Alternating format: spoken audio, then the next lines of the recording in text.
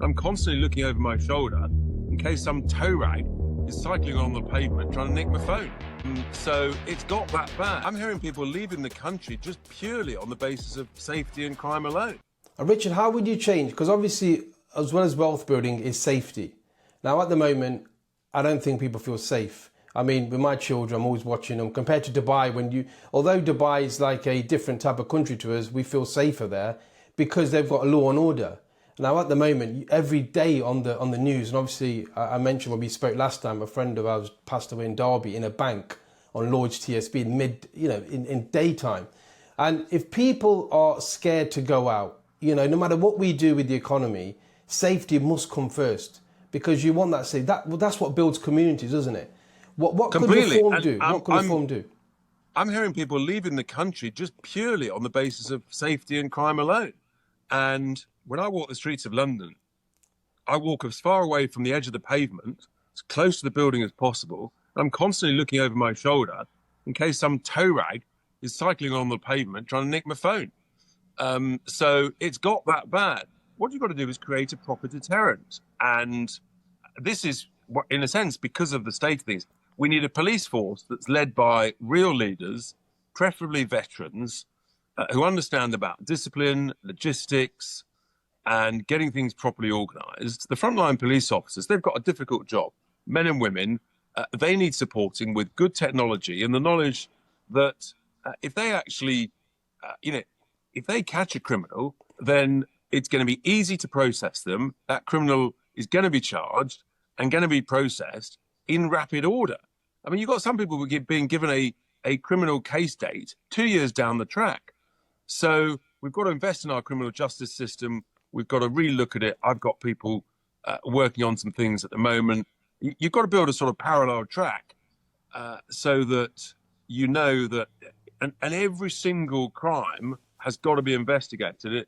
So 30 years ago, there was a guy called Giuliani in New York. He had a broken windows policy. He said if you basically repair the broken windows, cover up the graffiti, make the place look right at the basic street level, then you get a ripple up effect of respect for one's environment, respect for other people. And that's what we've got to do. But it requires a combination of leadership and deterrence. And I have an expression, which is that respect and fear are two sides of the same coin. We've got to respect each other, and you've got to fear the consequences of not being respectful to someone else walking down the street. And just simple things like, actually, when you're on a train or a tube, if you want to listen to some lovely music, great. There's a thing called headphones. You don't need to blast it out so that everybody else on the tube listens to your woeful taste in music. You don't need to put your dirty shoes on the seat. That sort of thing. If you're talking to a mate on the phone, again, use the headphones. Don't have it on speaker, informing the whole of the tube. It's that sort of thing.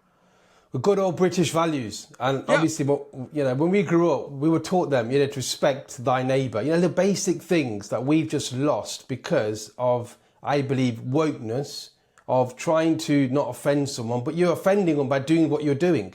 And this is what frustrates me. And this is what I'm trying to teach my children. Look, that's not the right way.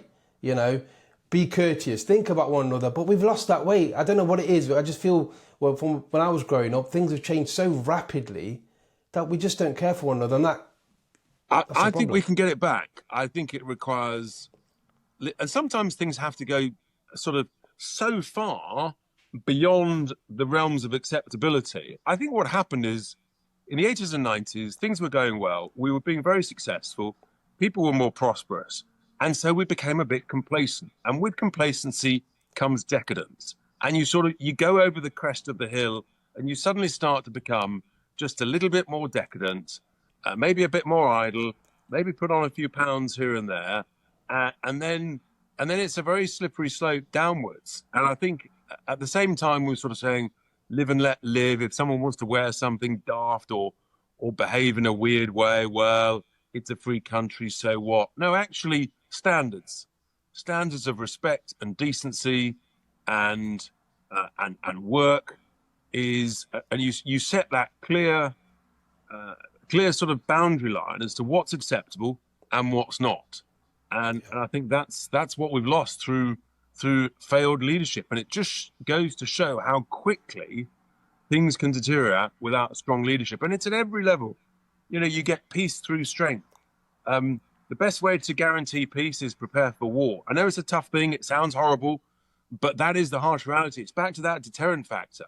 Yeah. And, in the same way that your enemies won't attack you if they know that you're going to smash them to smithereens, equally, someone won't come and nick your phone on the street when he's riding by on a bike if he knows that actually there's a camera that's going to recognize them pretty quickly. They're going to be banged up within a day, and the consequences are they might be, disappear into some penal institution where maybe there shouldn't be any Wi-Fi, maybe there shouldn't be any mobile phone signal, and maybe it should be a bit cold. And that's the reality. They might think twice again. Yeah, there's a great podcast where Guy Ritchie from the UK went to Joe Rogan, and he mentioned about how we present ourselves. And when you wear like a suit, it's a body armor. The businessman did to the suit. He's literalized it. He didn't realize that putting on a suit is putting on a suit of armor. He's putting on something that's rather spectacular. If you go back 100 years and watch the old videos, even my granddads, they came from India, they'd always be like suit, tie, always looking smart. Now I'm not saying that's not for everyone, but it's just how you reflect yourself, looking smart, you're there to work, you feel better. These little things make a hell of a lot of difference. And we forgot that. We just don't want to make an effort. We don't care. These little things play into your psycho. And I think we can get that back. We get Britain back and we'd be the power that we were. And I think we've come a long way from when my parents came and all the race riots. We've come such a long way in that way where we're integrated so well, but we've gone so far the other way. We've got to pull it back. So we're in the middle ground. And I guess that's how markets work. Free markets will always overreach themselves unless you've got what you or I might call smart regulation. Not burdensome, daft regulation, but smart regulation that allows the market to work, for entrepreneurs to prosper, but that there's a sensible framework within which you operate of fairness and common sense. And that's the same with our sort of social attitudes and civility and respect for others. You can sometimes be a bit edgy and wear some pretty, weird-looking clothes. A friend of mine, I saw him.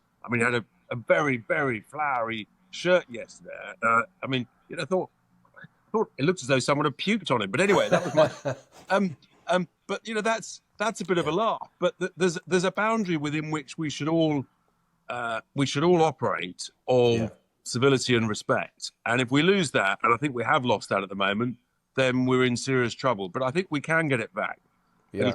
It's a big effort and some proper leadership. That's a great point about overstretching the markets. I like that, but because like you said, you don't want to stop freedom of what you want to wear, but you need to make sure, look, when you go to a business meeting, you appropriately, you're going to, whatever you're doing, just try and adapt to that. I know we're coming to the end of the podcast, but I want to touch on, obviously we can look at America.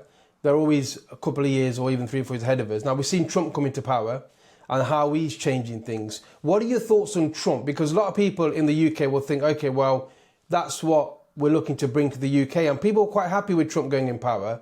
As a business person, I'll be honest, a lot of my friends, Patrick McDavid, Grant Cardone, they worked with Trump, interviewed him and helped him really get in power, because the more podcasts you do, which I'm thankful you do them, Richard, because that's where the reach is these days.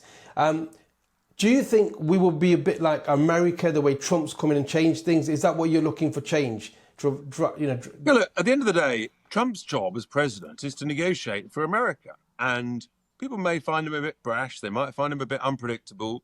They may say he negotiates from an extreme position. But, he's been voted in democratically by a big margin. And I think we'll be here in 6 or 12 months' time. And I think the American economy will be growing. And I think after some difficult, tough moments, I think the world will be a safer, more peaceful place, hopefully in both the Middle East and hopefully in Ukraine. That's my expectation. And and he understands peace through strength. Now, as I say, people may not like his personality, the way he goes about it. I think we can adopt the same principles of negotiating hard for the United Kingdom, And one of the reasons that the American economy is growing so fast, that President Trump understands, is because they've got cheap energy. And before we finish, I do just want to touch on this because it's so important. You know, we cannot compete on whether it's on AI or whether it's on traditional industries like automotive, steel, oil and gas, chemical production, production of fertilizers, and more besides, unless we've got cheap energy. We've got the most expensive electricity in the developed world. We need to use our energy treasure under our feet, oil, gas, shale gas. We need to extract it, keep our money and jobs here rather than exporting it. If we do that, guess what? We'll get a lot better off, a lot faster. It's not a coincidence, as we conclude, it's not a coincidence to remember that in the 80s and 90s, when we were growing at 2.5 to 3.5% every single year, we were had a huge oil and gas industry in the North Sea. We were exporting energy and we were getting richer. And we've still got loads and loads. We've got decades and decades and decades worth of energy treasure, and we should be using it as fast as we can. Great. So, Richard, last question before you leave. What drives you? You're a successful business guy. You know, you come across really well. And when we had a really chat, I really enjoyed it. And, you know, you've gone from business into politics. You know, what's driving you? What's going to get you, you know, because it's stressful. Like you said, there's no money in politics. You know, there's more money in business. You're very successful. But what drives you? I think just I'm 60, nearly 61, so I've been very lucky. I've always been interested in current affairs. I always said I'd try and make some money and then see if in some way I could give something back. And, you know, through a bit of luck and hard work and good judgment, yeah, sure, I've made some money and I think I've got some experience to put something back. And traditionally, you know, politicians do their stuff and things are sort of plodding along, so business folk just get on with our lives. But in reality, I sort of look around and say, well, hang on, this is a disaster zone. I've got to get stuck in. And so that's what drives me. And the fact that a lot of this stuff is just not rocket science. It's basic common sense. I'm not a rocket scientist, but I do understand that you've got to earn more than you spend at home, at work, or running a country. And, you know, I do have a very clear view that you should run a country like you run a well-run business.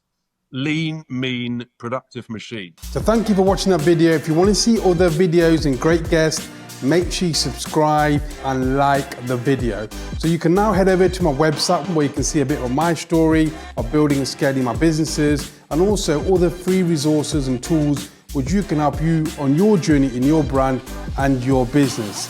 You can also subscribe on the podcast, so you can check on iTunes, Spotify, and other locations where you can find the podcast. And I look forward to catching you very soon. Thank you.